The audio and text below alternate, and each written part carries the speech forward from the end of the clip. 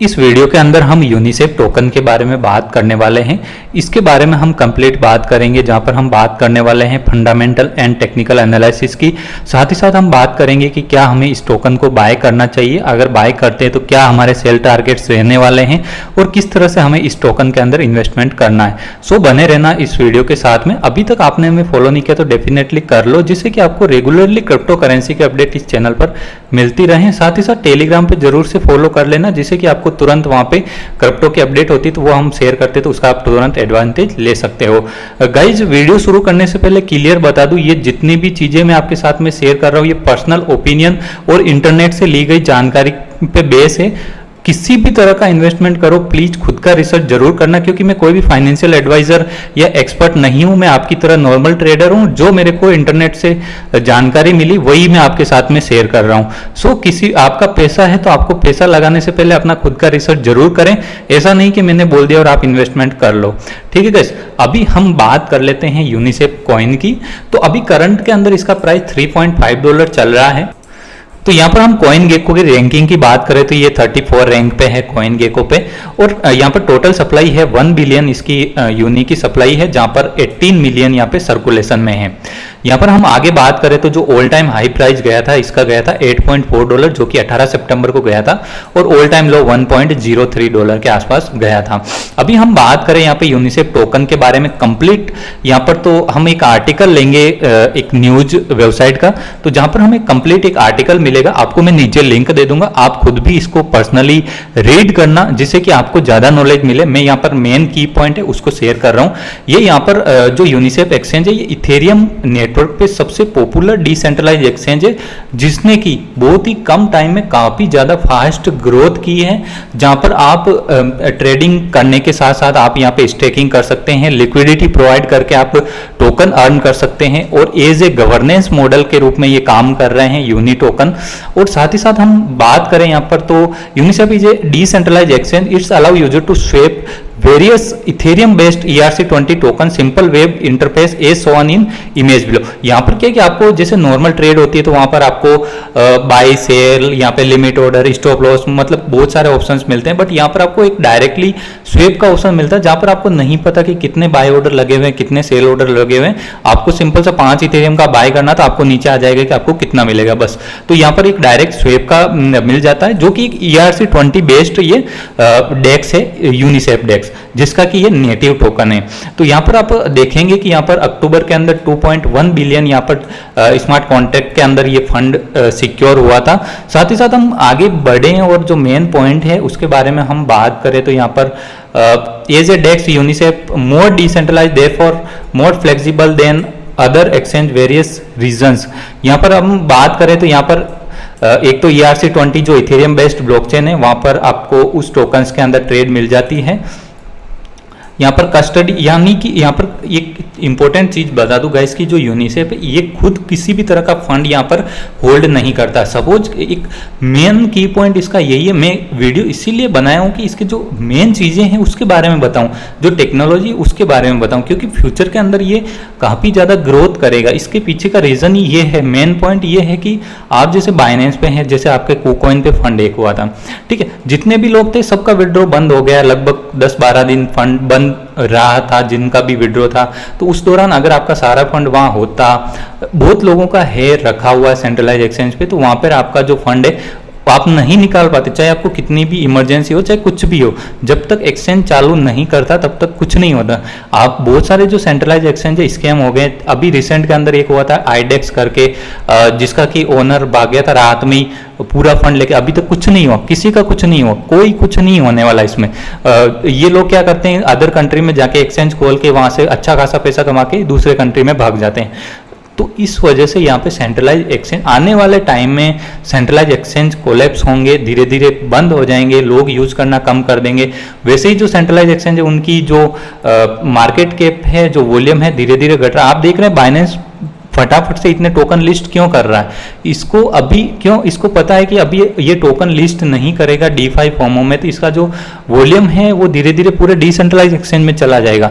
तो ये एक तो कमाई का सोर्स हो गया, लिस्टिंग का पैसा ले लेता है, और साथ ही साथ इनको जो नए यूजर हैं वो मिल रहे हैं, जिससे कि इसके एक्सचेंज पे वॉल्यूम बना रहे हैं। तो जितने भी एक्सचेंज है, बहुत सारे एक्सचेंज है जो मतलब महीने में 1-2 टोकन लिस्ट करते थे, वो आज महीने के अंदर 20-20, 30-30 टोकन लिस्ट कर रहे हैं। इवन बाइनेंस भी महीने के 20-20, 30-30 टोकन लिस्ट कर रहा है। इसके पीछे का मेन रीजन ये है।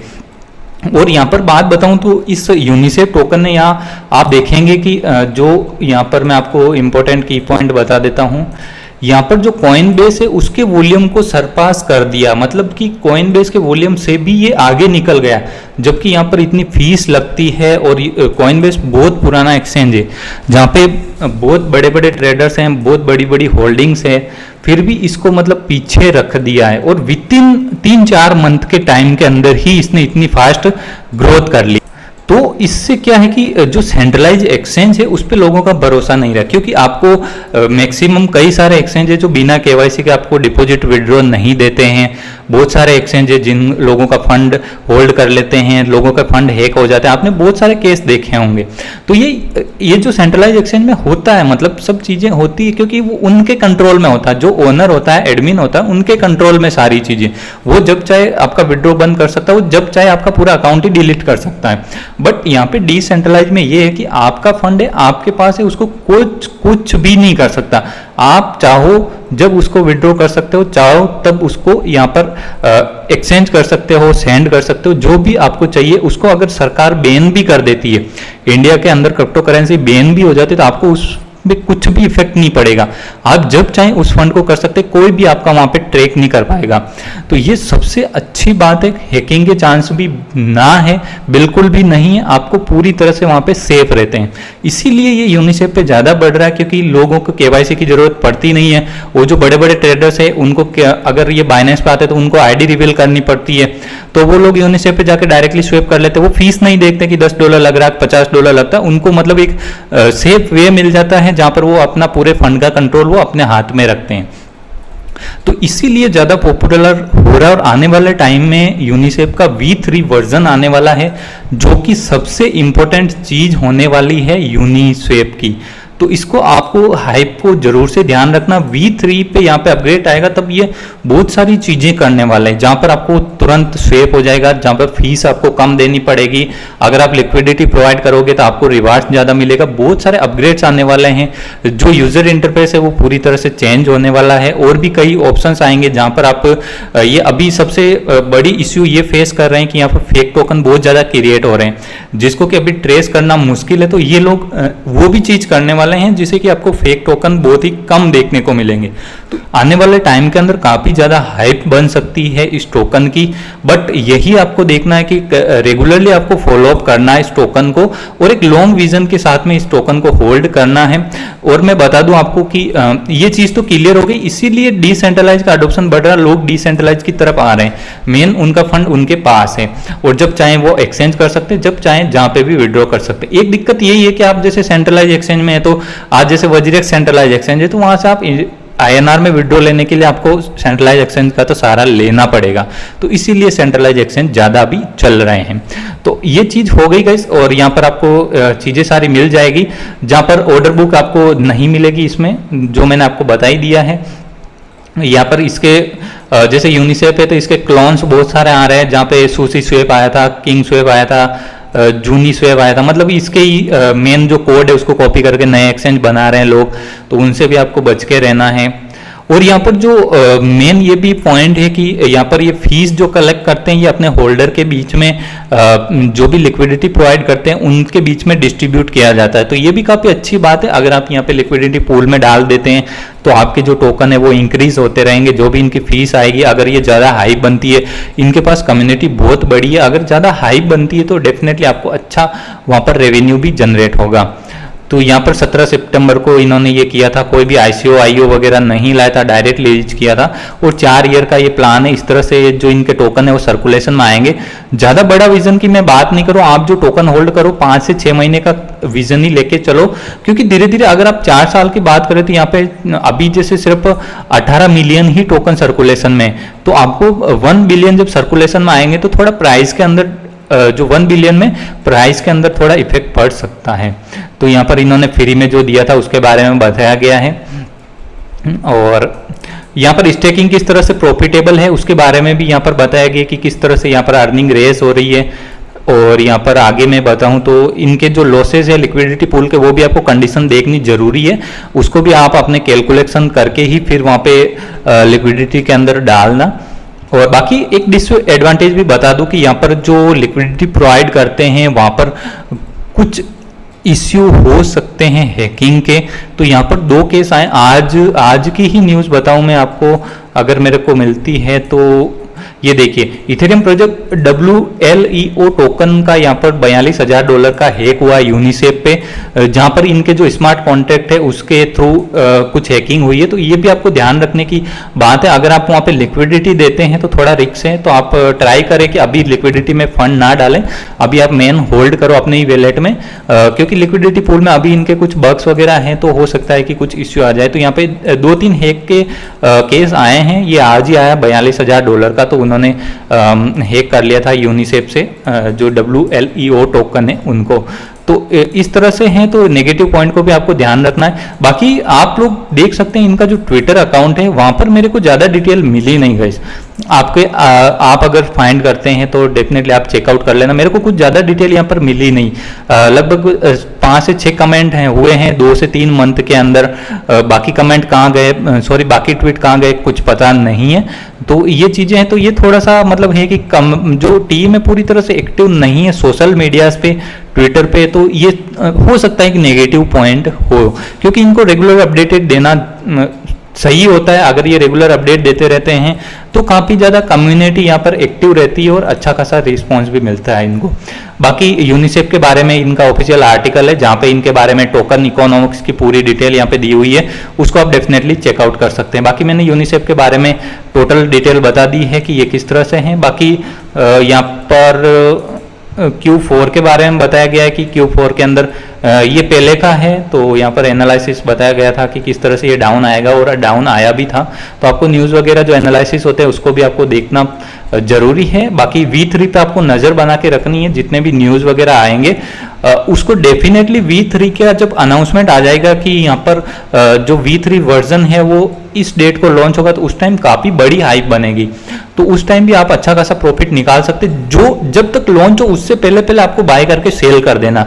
जैसे कि कल लॉन्चिंग का डेट है तो आपको आज से 2 दिन पहले एग्जिट हो जाना है, ठीक है। किसी भी इवेंट में इस बात का जरूर से ध्यान रखिए। यहाँ पर जो वॉल्यूम सरपास हुआ था वो मैंने आपको बता ही दिया है। बाकी अभी मैं बताऊँ इसका एनालिसिस मैं आपको बताता हूँ, उससे पहले आपको जो ओल्ड्स कॉइन है उसको जो मेन सपोर्ट है BTC डोमिनेंस का, तो इसका आपको 59 का इंपॉर्टेंट यहाँ पे सपोर्ट है, इसका जरूर से ध्यान रखना। अगर ये जब तक ऊपर है तो मैं आपको नहीं बोलूंगा कि आप ओल्ड्स में इन्वेस्ट करो, जैसे ही इसको ब्रेक करके नीचे आता तो डेफिनेटली एक बहुत बड़ा बूम, जैसा कि अभी रिसेंट के अंदर अपन ने देखा था, जैसे YEF जो कॉइन थे, बहुत सारे कॉइन थे जो कि 10-10, 20-20 गुना हुए थे, तो इस तरह की हमने को एक वापस से बुल रैली देखने को मिल सकती अगर इसको ब्रेक करके नीचे आता तो। अदरवाइज अगर ये इसको यहाँ से वापस से बाउंस बैक होता तो एक बहुत बड़ा बाउंस बैक होगा, और ओल्ड्स कॉइन पूरी तरह से, जो पुराने ओल्ड्स कॉइन है वो तो पूरी तरह से डेड ही हो जाएंगे, ठीक है। तो उसको आपको बिल्कुल ध्यान रखना है BTC डोमिनेंस का। कभी भी कोई भी कॉइन बाय करो उससे पहले आओ यहाँ और डेली चार्ट है, 4 आवर्स का चार्ट है, वो सारे यहाँ पर देखो कि BTC डोमिनेंस क्या कर रहा है यहाँ पर, ठीक है। उसके बाद में और ओल्ड्स कॉइन में घुसो। अगर यहाँ से बाउंस बैक हुआ तो बहुत खतरनाक यहाँ पे ब्लडिंग होगी इसके ओल्ड्स कॉइन के अंदर। अगर ये इसे नीचे आया तो काफी सारे जो ओल्ड्स कॉइन है वो 10x 20x हो सकते हैं बिल्कुल शॉर्ट टाइम के अंदर, तो इसको जरूर से ध्यान रखना कोई भी कॉइन बाय करने से पहले। यहाँ पर हम यूनी के टेक्निकल एनालिसिस की बात करें तो यहाँ पर जो 4 आवर के चार्ट में हम देखेंगे, अगर ये यहाँ से ब्रेकआउट होता है 3.69 तो आपको $4.5 पे दिख सकता है, जहां पर एक सप्लाई जोन है, ये वाला जोन।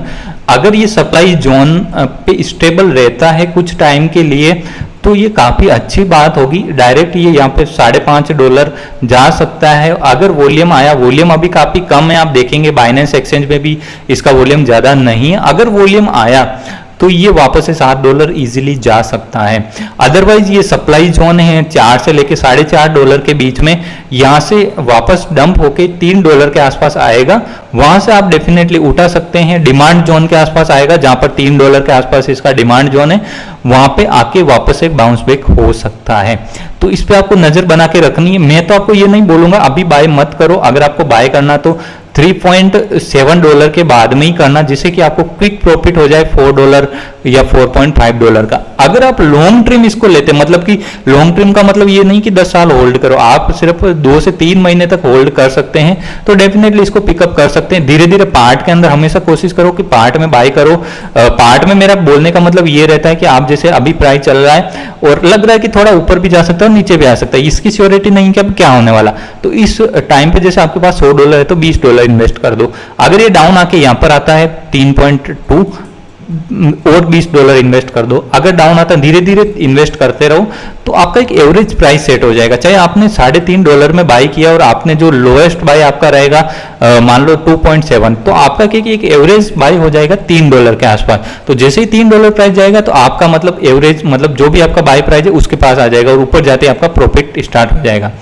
तो इस तरह से आप कर सकते हैं। और बाकी इसको ब्रेक करने के बाद अगर इसके ऊपर ही इस रेंज में रहता है, डेफिनेटली आपको बहुत जल्दी अच्छा खासा इसके अंदर मूव देखने को मिल सकता है। कम्युनिटी काफ़ी बड़ी है इनके पास और साथ ही साथ फास्ट तरीके से ग्रो हो रहा है। अगर ये चीज़ें इंप्लीमेंट करते हैं इनके एक्सचेंज में और इसके यूज केस और बढ़ाते तो डेफिनेटली काफ़ी अच्छा खासा रिटर्न आपको देखने को मिल सकता है इस कॉइन के अंदर। बाकी रिस्क लेवल की बात करें तो रिस्क काफ़ी कम है गाइस, क्योंकि ये यहाँ पर आपको होल्डिंग के रिवार्ड्स भी देते हैं, लिक्विडिटी अगर आप प्रोवाइड करते हैं तो आपको वहां पे भी रिवार्ड्स मिलते हैं। तो ये भी एक अच्छी बात है और काफ़ी एक डिसेंट्रलाइज एक्सचेंज, ऐसा नहीं कि कोई भाग जाएगा पैसे लेके भाग जाएगा, आप क्या कर सकते हैं। तो ये यूनिसेफ एक डिसेंट्रलाइज एक्सचेंज जिसकी कम्युनिटी काफ़ी बड़ी है, इन्वेस्टर भी बहुत बड़े बड़े हैं और ट्रेडर भी यहाँ पे बड़े बड़े हैं, वॉल्यूम भी आपको काफ़ी बड़ा दिखेगा इसमें। तो ये चीज़ें काफ़ी पॉजिटिव है। आने वाले टाइम के अंदर आपको अच्छा रिटर्न देखने को मिल सकता है, क्योंकि ये इथेरियम ब्लॉकचेन पे है और इथेरियम में अपग्रेड होंगे। अपग्रेड होने के बाद आपको ट्रांजेक्शन फास्ट होंगे, तो साथ ही साथ ये भी इनके जो एक्सचेंज है इसमें सर्विस को अपग्रेड करेंगे, तो यहाँ पर आपको अच्छा खासा यहाँ पर रिटर्न देखने को मिल सकता है। बस यही चीज आपको ध्यान रखनी है कि इसको लॉन्ग टर्म लेके चलना है, लाइक कि 2 महीने 3 महीने 4 महीने। अगर आप ये सोचो कि आज बाय करूं कल पंप हो जाएगा, तो ऐसा नहीं करें, धीरे धीरे पार्ट में बाय करते रहो जिससे कि आपको ज्यादा प्रॉफिट हो। Thank you so much. Video कैसा लगा नीचे कमेंट करके जरूर बताइएगा। Thank you so much.